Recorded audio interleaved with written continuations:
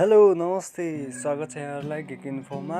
Video सुरु गर्नुभन्दा पहिले यदि मेरो च्यानलमा नयाँ हुनुहुन्छ भने please subscribe my channel and press the bell icon. यस भिडियोमा हजुरहरूमाझ कसरी फेसबुकमा फ्लो बटन एड गर्न सकिन्छ भनी लिआएको छु।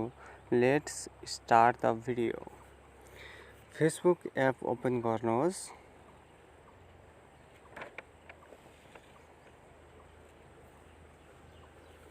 मेनुमा जानुहोस्।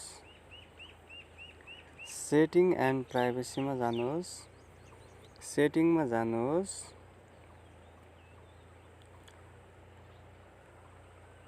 पब्लिक पोस्टमा जानुहोस्। हु क्यान फ्लो मी छ त्यसलाई पब्लिक बनाउनुहोस्। Who can see your followers on your timeline भन्छ त्यसलाई पब्लिक बनाउनुहोस्।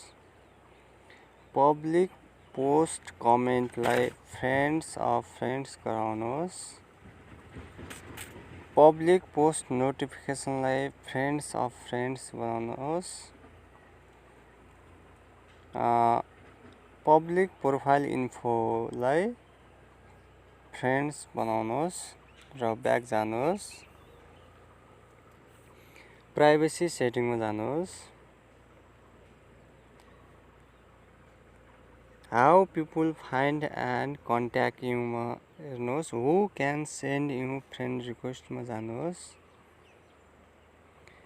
Who can send you friend रिक्वेस्टमा फ्रेन्ड्स अफ फ्रेन्ड्स बनाउनुहोस्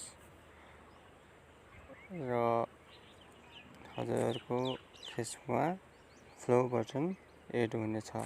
thank you for watching this video.